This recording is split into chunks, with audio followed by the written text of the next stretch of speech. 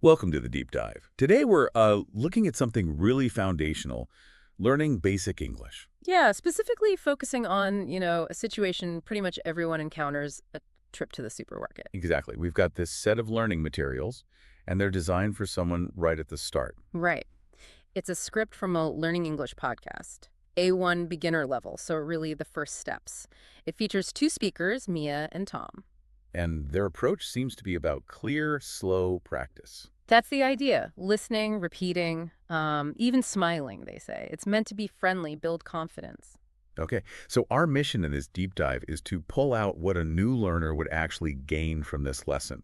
What are the sort of core insights? We're looking at essential vocabulary for food, understanding basic prices, and importantly, how to ask politely for help when you're shopping.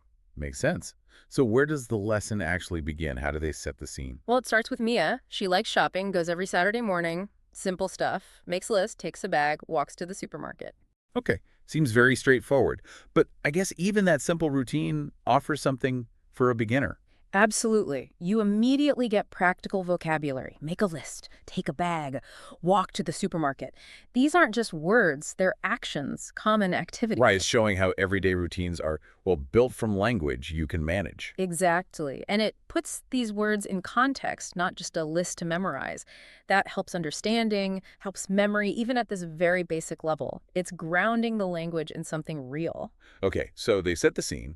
Then they move on to the actual items you buy. I think they call it a vocabulary basket. That's right. This is where they introduce the core food words, 10 of them. 10 common ones. Yeah, very common. Apples, bananas, milk, bread, eggs.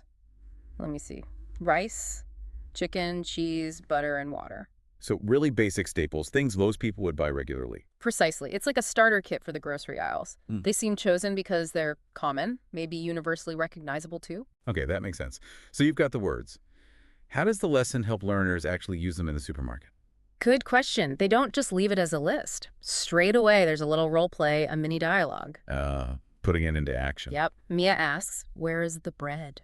A fundamental question if you're lost in a store. Totally. And Tom replies, "The bread is on aisle 3. It's next to the eggs." So you get the question, the answer, and crucial location words. Aisle 3, next to, yeah, you definitely need those. And aisle itself is a key supermarket word. It is. It's subtly introduced right there in the answer. It's showing how to orient yourself. Okay, so Mia finds the bread. What's the next logical step in the dialogue? Price, of course. She asks, "How much is the bread?" The other vital question. Right, and Tom answers simply, "It's $1." So it teaches how to ask about cost and understand a basic price. Very direct. Getting comfortable with how much must be a huge step for shopping independently. Does the lesson drill prices more? It does. There's a section called price practice. They just repeat simple amounts, $2, $4, $7, $9. Just repetition. Yeah, but it's about getting your ear tuned in, hearing the numbers, maybe saying them, building that recognition for amounts of money in English. It's auditory learning, muscle memory almost. Okay, so we have items, location, price. But shopping often involves interacting with staff. Absolutely crucial. And the lesson tackles that in the polite questions part. Politeness, important. Very. They stress starting your question with, "Excuse me." Good point. So the examples are like, "Excuse me, where's the milk?" and "Excuse me, how much is the cheese?" It's not just grammar, it's social skills in English. Cultural competence, yeah. Makes interactions much smoother. That little phrase, excuse me, does a lot of work. It really does. It signals you need help politely. So after covering words, location, price, and politeness, they use a story to kind of tie it all together. Exactly. There's a short story time about a student named Alex. He has $5 and he needs milk, bread, and butter. A simple shopping task. Very simple. But it shows Alex using the language. He finds the items, presumably asks about prices or knows them, and buys everything within his $5 budget. So it demonstrates a successful trip. It puts all the pieces, vocabulary, price, maybe the implied politeness, into a relatable context. Precisely. It's like a little simulation of success for the learner. And to make sure the learners are actually absorbing this, there's a check. Yep, a comprehension check. 3 quick questions. What kind of questions? Very direct, checking the key facts, like where is the bread? With options, aisle 2 or 3. What do we say before a question? Hey? Or, excuse me. And how many food words did we learn? well, 5 or 10. Okay, so reinforcing the main takeaways, a Yeah. quick retention check. Exactly. Helps solidify those specific points. Then the lesson gets into something a bit more technical, pronunciation. Yeah, the pronunciation drill. This focuses on how words connect in natural speech. Why is that important for beginners? Seems quite detailed. Well, it's about bridging the gap between single words and how people actually talk. They look at things like next to becoming next to. Ah, that blending. Yeah, or how much, said smoothly, without a big gap.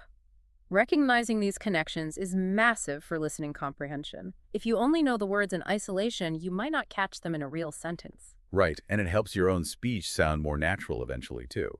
It's about the flow. Definitely. Understanding that rhythm is key. Okay, and after drilling pronunciation, what's the final step in this lesson? It ends with a challenge. It encourages the learner to actively use what they've learned. How so? It asks you, the listener, to think of 4 items you need from the supermarket and then say them aloud with prices. Ah, applying it directly. Exactly. They give an example. I need apples, rice, eggs, and water. Apples are $2. It provides a model, pushing you from just listening to actually producing the language. That active production step is so important. Low stakes practice. Crucial for making the language stick. So wrapping up our deep dive on this beginner material, it seems like a really structured introduction. Covers the supermarket setting, key food words, basic prices, and those essential polite questions. Absolutely. And the focus on phrases like, excuse me, where is, and excuse me, how much is, really underlines their practical importance for anyone navigating an English-speaking supermarket.